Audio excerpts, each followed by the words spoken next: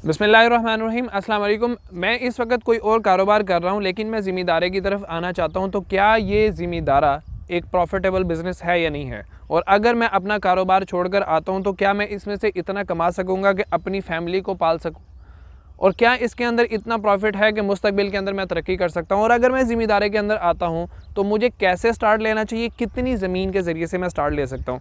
ये वो सवाल है जो आजकल लोग बहुत ज़्यादा पूछ रहे हैं। तो मुझे लगा कि इसके ऊपर एक वाज़ेह वीडियो बना देनी चाहिए, क्योंकि जब भी कोई बंदा ये सवाल करता है तो ज़्यादातर वो लोग जो नाकाम हो चुके हैं ज़िम्मेदारी के अंदर, वो उन लोगों का हौसला पूरी तरह से तोड़ देते हैं।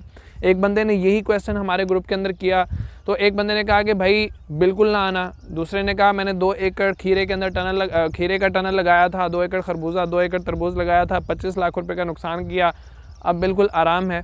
ये वो लोग हैं जिनको नाकामी हुई और वो अपनी नाकामी को फैला रहे हैं। इनके मुकाबले में वो लोग हैं जिन्होंने ज़िम्मेदारा किया और सक्सेसफुल हुए। उनको जो प्रॉफिट हुआ उनको वो बताने के अंदर कोई दिलचस्पी नहीं है, ना ही वो अपनी बात को शेयर करना चाहते हैं। उनसे अगर ये सवाल किया भी जाता है कि ज़िम्मेदारी के अंदर प्रॉफिट है भी या नहीं, तो बस वो पक्का सा मुंह बना के कह देते हैं कि जी अल्हम्दुलिल्लाह, अल्लाह का शुक्र है, गुजारा चल रहा है। तो आज की इस वीडियो के अंदर मैं बताऊंगा कि इस सारी की सारी चीज़ की हकीकत क्या है, ज़िम्मेदारा किस हद तक प्रॉफिटेबल है, किस किस्म के लोग ज़िम्मेदारी को कर सकते हैं, कितनी चीज़ों से आपको स्टार्ट लेना चाहिए। तो आज की वीडियो अगर आप ज़िम्मेदारा स्टार्ट करना चाहते हैं तो आपके लिए बहुत ज़्यादा इंपॉर्टेंट है। अस्सलाम वालेकुम दोस्तों, इट्स मी मज़हर अली। आप मेरे साथ हैं फार्म चैनल पे, मेरे साथ रहिएगा।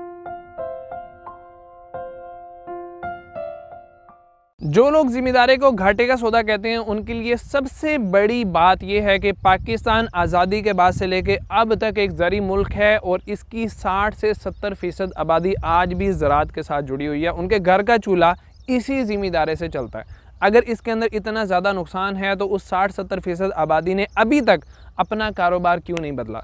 जहाँ तक बात है नुकसान की, तो नुकसान ज़िम्मेदारी के अंदर भी है, नुकसान हर कारोबार के अंदर है। उसकी छोटी छोटी सी मिसालें मैं अपनी देता हूँ जो मैंने अपनी आंखों से देखी हैं। 2010 के अंदर हम ज़िम्मेदारा भी कर रहे थे, अल्हम्दुलिल्लाह 40-50 साल से वाले साहब कर रहे हैं। तो हमने दुबई के अंदर कंस्ट्रक्शन के अंदर हैवी मशीनरी जो सी यूज़ होती है उसको इंग्लैंड से मंगवा के दुबई के अंदर सेल करना शुरू किया, एक्सीवेटर्स और दूसरी हैवी मशीनरी वगैरह। कारोबार 2-3 साल बहुत अच्छा चला। क्राइसिस आया, हमारा वो कारोबार दुबई के अंदर बंद हो गया और हम वापस पाकिस्तान के अंदर आ गए। लेकिन आज भी दुबई के अंदर बहुत सारी कंपनीज काम कर रही हैं, तो कोई नहीं कहता कि उस काम के अंदर नुकसान है। लाहौर से मेरे पास 3 लड़के आए जिन्होंने रेस्टोरेंट लाहौर के अंदर खोला, 2 करोड़ रुपए की इन्वेस्टमेंट की। 2 करोड़ की इन्वेस्टमेंट चंद सालों के अंदर डूब गई और उनका रेस्टोरेंट बंद हो गया और वो ज़िम्मेदारी की तरफ आना चाहते थे। कोई बंदा नहीं कहता कि होटल्स ना खोलो, इनके अंदर लॉस है।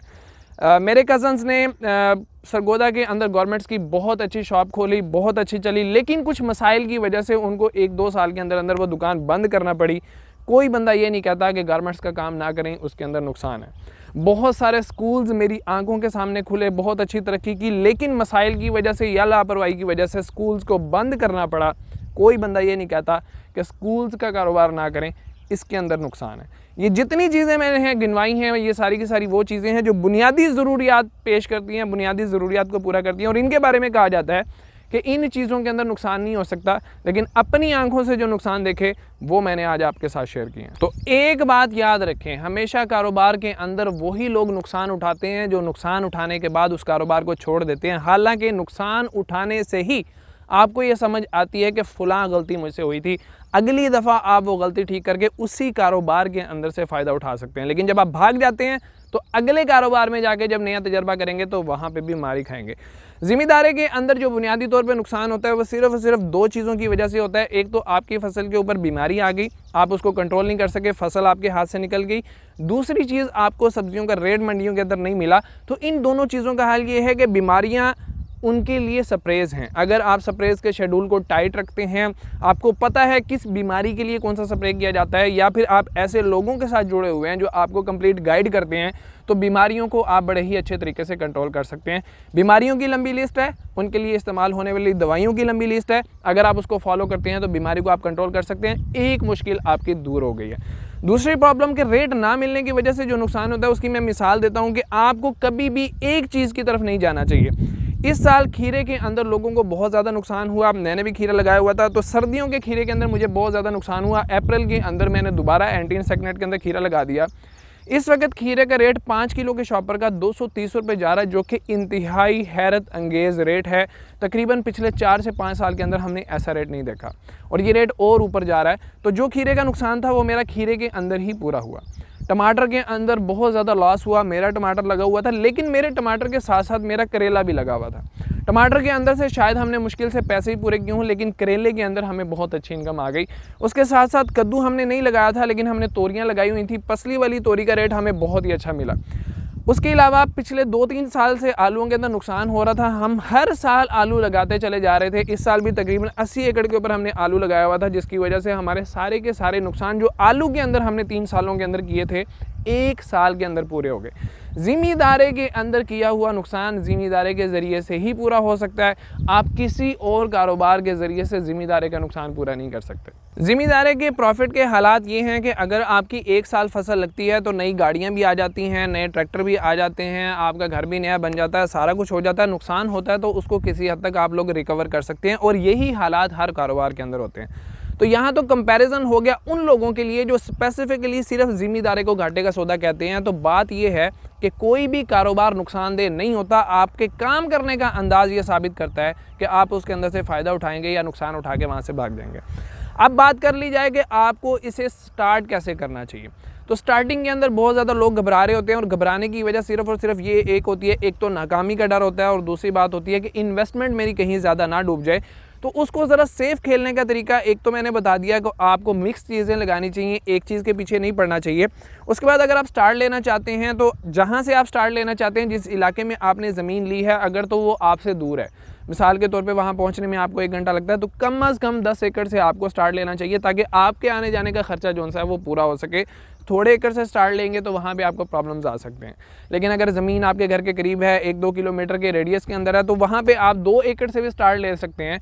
और उसमें एक गलती जो बहुत सारे लोग करते हैं कि 1 एकड़ से स्टार्ट लिया और 1 एकड़ के अंदर 10 सब्जियाँ घुसा देते हैं, जिसकी वजह से एक भी सब्ज़ी मैनेज नहीं हो सकती।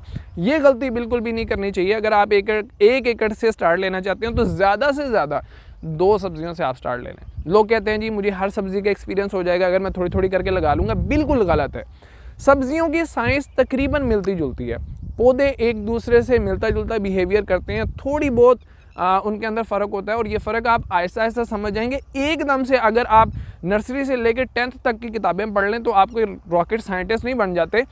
स्टेप बाय स्टेप सीखेंगे तो इंशाल्लाह वो सारी की सारी चीज़ें आपके दिमाग के अंदर बैठती चली जाएंगी और आपको नुकसान भी नहीं होगा। तो जब आपने 2 एकड़ से स्टार्ट लेना है तो मैक्सिमम आप 3 सब्जियों से स्टार्ट लें। उसके बाद अगर आपने 10 एकड़ से स्टार्ट लेना है तो कुछ सब्जियां आप सस्ती लगाएं, जिनके अंदर आप कद्दू लगा सकते हैं, तोरी लगा सकते हैं, भिंडी लगा सकते हैं। कुछ सब्जियां आप महंगी लगाएं, उनको जाल के ऊपर चढ़ाएं। वो आप सिर्फ 1 एकड़ से स्टार्ट ले लें ताकि आपकी ज़्यादा इन्वेस्टमेंट ना ख़राब हो। उसमें आप किसी ऐसे बंदे की रहनुमाई में चलें जो आपको कंप्लीट गाइड करे, जो अच्छी तरह से सब्जियों को जानता हो। जब आप नीम हकीम के ख़तरों से उनके मशवरों से चलते हैं तो ऐसी सूरत में आपका बहुत ज़्यादा नुकसान हो जाता है। तो इसलिए जब काम स्टार्ट करना चाहते हैं तो ऐसे बंदे के ज़ेरे साया रह के उसको स्टार्ट करें जो बहुत अच्छे तरीके से इन सारी चीज़ों को समझता है, आपको गाइड भी कर सकता है। आपने 1 एकड़ मिसाल के तौर पे करेला लगा लिया या खीरा लगा लिया, बाकी जो 2-3 एकड़ हैं वो आपने सस्ती सब्जियां लगा ली, कुछ के ऊपर आपने मकई लगा ली। तो ऐसे तरीके से एक बहुत ही सेफ़ गेम आप लोग खेलते हैं जिसके अंदर लॉस का चांस बहुत ज़्यादा कम होता है। एक चीज़ के अंदर मकई डाउन हो जाएगी, सब्ज़ी के अंदर रेट लग जाएगा, सब्जियों में से एक सब्ज़ी डाउन हो जाएगी, दूसरी का रेट लग जाएगा, दूसरी डाउन हो जाएगी, तीसरी का रेट लग जाएगा।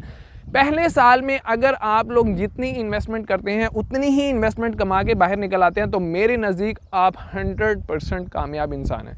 अगर आपको थोड़ा सा लॉस हो जाता है तो तब भी आप एक कामयाब इंसान हैं अगर आप वहाँ से नहीं भागते। उसके बाद उस गलती को ठीक करके अगले साल उसी जगह के ऊपर इन्वेस्ट करेंगे, इंशाल्लाह आप वहाँ से ज़रूर कमाएंगे। तो इस वीडियो के अंदर मैं आपको ज़िम्मेदारी से मुताल्लिक कोई बहुत बड़ा प्लान नहीं बताने वाला था। मैं सिर्फ आपके सामने एक कंपैरिजन करना चाहता था कि लोग जो गलत इतलात फैला रहे हैं कि ज़िम्मेदारी के अंदर सिर्फ और सिर्फ नुकसान है, उन लोगों को कोई थोड़ा सा हौसला मिल जाए और वो लोग अपनी नाकामी से सीख के उसको बेहतरी के अंदर तब्दील कर लें।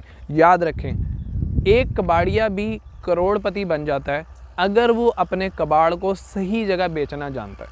ये सबसे निचला काम है, लेकिन अगर उसको सही तरीके से कर लिया जाए तो सबसे ऊंचा काम बन जाता है। तो काम कोई भी छोटा बड़ा नहीं है, काम कोई भी घाटे वाला या फ़ायदे वाला नहीं है।